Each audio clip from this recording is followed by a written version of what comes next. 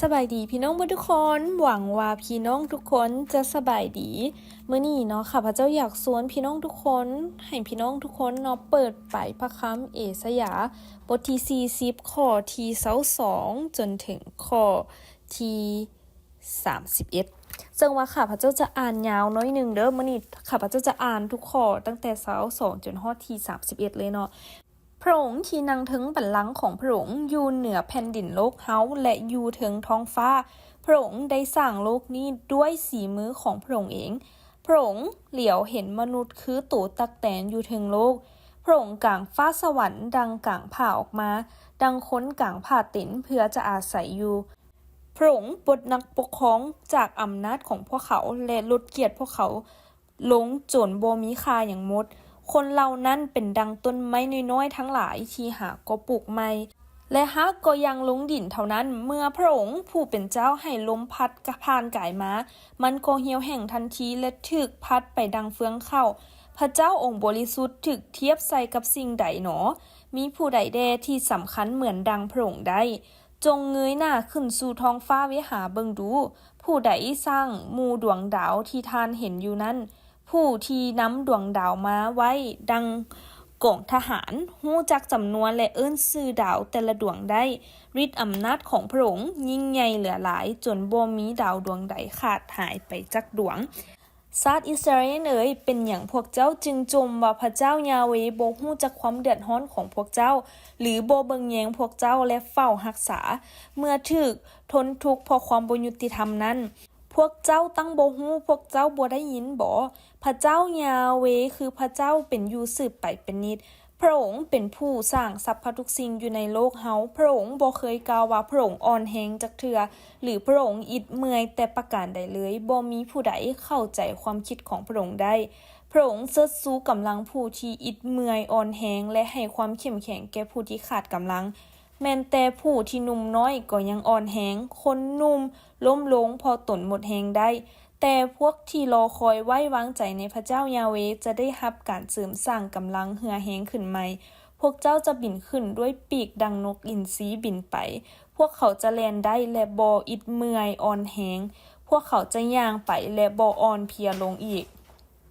พร้อมใจกันอธิษฐานโมทนาสรรเสริญพระคุณของพระเจ้าขอพระองค์ได้เปิดเผยถ้อยคำของพระองค์ให้พวกลูกได้ยินและให้พวกลูกได้ฮู้จักพระองค์หลายขึ้นในมื้อนี้ด้วยขอพระองค์เปิดใจพวกลูกและทอมใจพวกลูกในการที่จะรับฟังถ้อยคำของพระองค์ในมื้อนี้อธิษฐานในนามยิ่งใหญ่ของพระเยซูคริสต์เจ้าเอเมน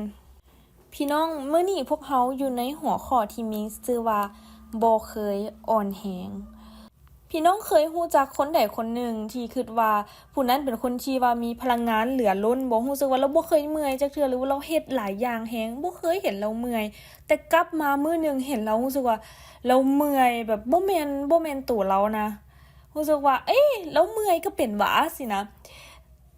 แม่นแล้วเนาะทุกคนมนุษย์เฮาเป็นคนที่ว่าเมื่อยเฮามีพละกำลังที่มีขีดจำกัดและในมื้อนี้เฮาจะมาได้ฮู้จักพระเจ้าผู้ที่มีกำลังแรงเหลือล้นและผู้ที่บ่เคยอิดเมื่อยและผู้ที่มีฤทธิ์อำนาจเหนือทุกสิ่งซึ่งว่าเฮาอยู่ในเอสยาห์บทที่40เนาะซึ่งข้าพเจ้าอยากเล่าให้พี่น้องฟังก่อนว่า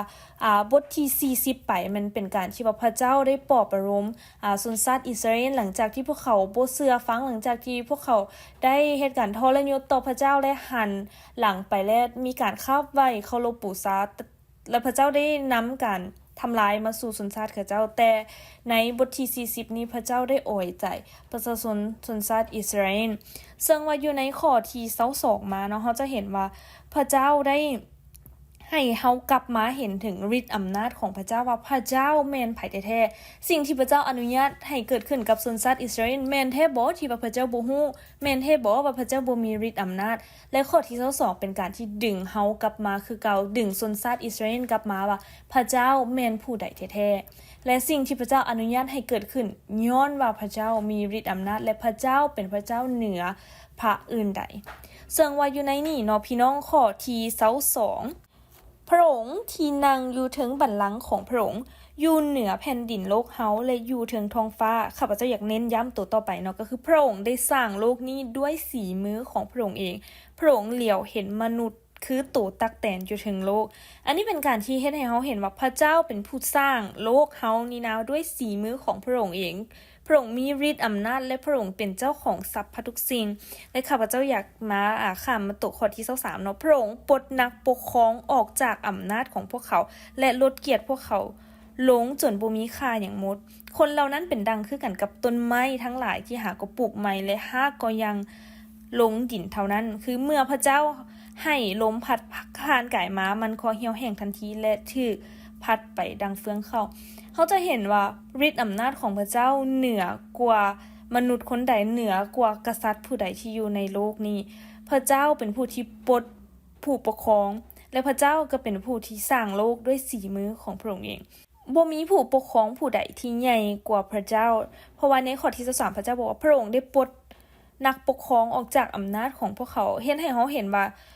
ฤทธิ์อำนาจของพระเจ้ามันยิ่งใหญ่หลายส่ำใดและอยู่ในนั้นเนาะคือและในข้อที่25เนาะเขาจะเห็นว่ามีคำถามที่ถามว่าพระเจ้าองค์บริสุทธิ์ถึกเทียบกับสิ่งใดหนอมีผู้ใดเด้ที่สำคัญเหนือเหมือนดังพระองค์ได้ก็คือเขาเห็นว่าบ่มีสิ่งใดเนาะที่สามารถเทียบใส่กับพระเจ้าได้เพราะพระเจ้ายิ่งใหญ่แล้วอยู่ในนี่เนาะข้อที่26จงเงยหน้าขึ้นสู่ท้องฟ้าเบิ่งดูมีผู้ใดสร้างหมู่ดวงดาวที่เฮาเห็นอยู่นั่นก็บ่มีผู้ใดก็แม่นแต่พระเจ้าเพราะว่าพระองค์ฮู้จักชื่อดาวแต่ละดวงฤทธิ์อำนาจของพระองค์ยิ่งใหญ่จนแบบว่าบ่มีดาวดวงใดขาดหายไปจากดวงนี่เป็นการปูทางที่เฮ็ดให้เฮาเห็นว่าโอ้พระเจ้าฤทธิ์อำนาจของพระองค์นั้นยิ่งใหญ่หลายส่ำใดจนมาข้อที่27จนหาข้อที่31เนาะมาเว้าถึงชนชาติอิสราเอลในมุมมองที่พวกเขามีต่อกับพระเจ้าข้อที่27ชาติอิสราเอลเป็นหยังพวกเจ้าจึงจมว่าพระเจ้ายาเวห์บ่ฮู้จักความเดือดร้อนของพวกเจ้าหรือบ่เบิ่งแยงพวกเจ้าและเฝ้ารักษาเมื่อถูกทนทุกข์เพราะความบ่ยุติธรรมนั้นพวกเจ้าตั้งบ่ฮู้พวกเจ้าตั้งบ่ได้ยินบ่พระเจ้ายาเวห์คือพระเจ้าอยู่สืบไปเป็นนิจพระองค์เป็นผู้สร้างสรรพทุกสิ่งอยู่ในโลกเฮาพระองค์บ่เคยกล่าวว่าพระองค์อ่อนแรงจักเทื่อหรือพระองค์อิดเมื่อยแต่ประการใดเลยบ่มีผู้ใดเข้าใจความคิดของพระองค์ได้พระองค์เชิดชูกำลังผู้ที่อิดเมื่อยอ่อนแรงและให้ความเข้มแข็งแก่ผู้ที่ขาดกำลังแม้นแต่ผู้ที่หนุ่มน้อยก็ยังอ่อนแรงคนหนุ่มล้มลงเพราะตนหมดแรงได้แต่พวกที่คอยไว้วางใจในพระเจ้ายาเวห์จะได้รับการเสริมสร้างกำลังเหือแฮงขึ้นใหม่พวกเขาจะบินขึ้นด้วยปีกดังนกอินทรีบินไปพวกเขาจะแล่นได้และบ่อิดเมื่อยอ่อนแรงพวกเขาจะย่างไป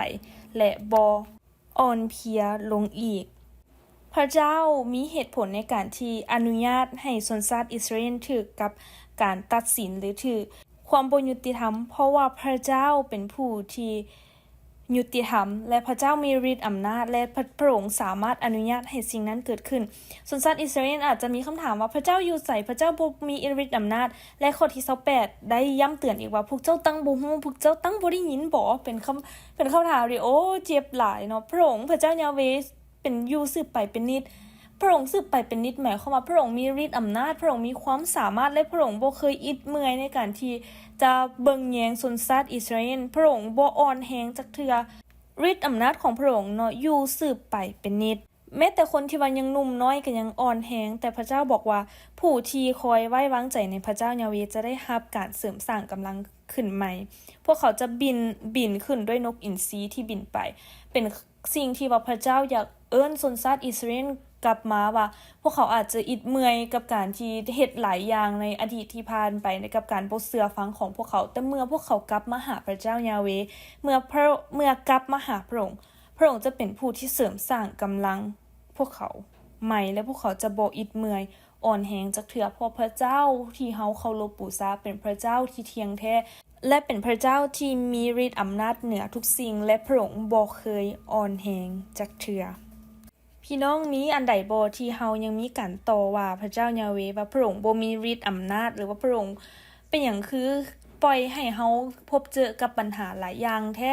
เป็นหยังคือเฮาอาจจะมีการจมว่าเนาะแต่สิ่งหนึ่งที่พระองค์บ่เคยเมื่อยก็คือพระองค์บ่เคยเมื่อยในการที่จะช่วยเฮาในการก้าวผ่านปัญหาต่างๆที่เฮาพบอยู่ในชีวิตหรือแม้แต่ว่าเอิ้นเฮากลับมาหาพระองค์เอิ้นเฮาในการที่จะมอบวางชีวิตของเฮาให้กับ ระองค์อีกครั้งหนึ่งและตอนนี้เนาะพี่น้องยังมีอันใดบ่ที่พี่น้องรู้สึกว่าพี่น้องเมื่อยและพี่น้องยังต้องการกำลังที่มาจากองค์พระผู้เป็นเจ้าพระเยซูในการที่ได้บอกเฮาย้ำเตือนเฮาอยู่ในโยฮันบทที่15ข้อที่5ได้กล่าวว่าเฮาเป็นเครือองุ่นพวกเจ้าเป็นกิ่งผู้ใดที่อยู่ในเฮา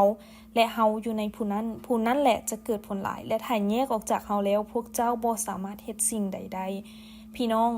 การที่เฮาเมื่อยการที่เฮาบ่มีแรงในการเฮ็ดหยังหรือว่าบางเทื่อเฮาอาจจะจมว่ากับปัญหาต่างๆที่เฮาพบเจอในชีวิตพระเจ้าพระเยซูในการที่อยากเชิญชวนเฮาได้ในการที่เฮาจะเกิดผลในการที่เฮาจะสามารถต่อสู้กับปัญหาหลายอย่างได้ในการที่เฮาจะมีกำลังแรงแม่นเฮาต้องเอาตัวเฮาในการที่ติดอยู่กับกิ่ง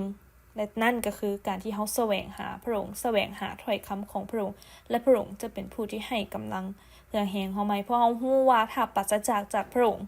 เฮาบ่สามารถเฮ็ดสิ่งใดได้เลยและพี่น้องพร้อมแล้วบ่ในมื้อนี้ในการที่เฮาจะกลับเข้ามาหาพระองค์แสวงหาถ้อยคำของพระเจ้าแสวงหาพระองค์อีกครั้งหนึ่งและติดอยู่กับพระองค์เพราะเฮารู้ว่าถ้าปราศจากกับพระองค์แล้วกำลังเรือแรงของเฮามีขีดจำกัดและเฮาบ่สามารถเฮ็ดหยังได้ร่วมใจกันอธิษฐานพระเจ้าขอบคุณพระองค์สำหรับถ้อยคำในมื้อนี้พระองค์ขอให้พวกลูกในการที่หัวใจของพวกลูกในการที่จะแสวงหาพระเจ้าและขอพระองค์เป็นกำลังเป็นเรือแรงและช่วยพวกลูกด้วยในการก้าวผ่านปัญหาและทุกอย่างที่พวกลูกพบเจอในชีวิตพระบิดาเจ้าค่ะอย่าให้พวกลูกในการที่จะจมบ่าแต่ขอพระวิญญาณบริสุทธิ์ช่วยพวกลูกในการที่จะย้ำเตือนพวกลูกว่าพวกลูกมีผู้ใดที่เป็นกำลังเรือแรงของพวกลูกนั่นก็คือพระเยซูคริสต์และพระองค์ได้ย้ำเตือนพวกลูกในการที่จะเข้าไปหาพระองค์แสวงหาพระองค์และพวกลูกเชื่อว่าถ้าหากพวกลูกติดสนิทกับพระองค์จะเป็นผู้ที่ให้กำลังเรือแรงพวกลูกจึงอธิษฐานมอบบางในมื้อนี้ขอพระเจ้าที่จะมอบกำลังเรือแรงให้กับพวกลูกในการที่พวกลูกจะดำเนินชีวิตหรือเป็นพยานถึงความรักและความยิ่งใหญ่ของพระองค์ด้วยอธิษฐานในนามยิ่งใหญ่ของพระเยซูคริสต์เจ้าเอเมนบ๊ายบายพี่น้องทุกคนขอพระเจ้าอวยพรเด้อ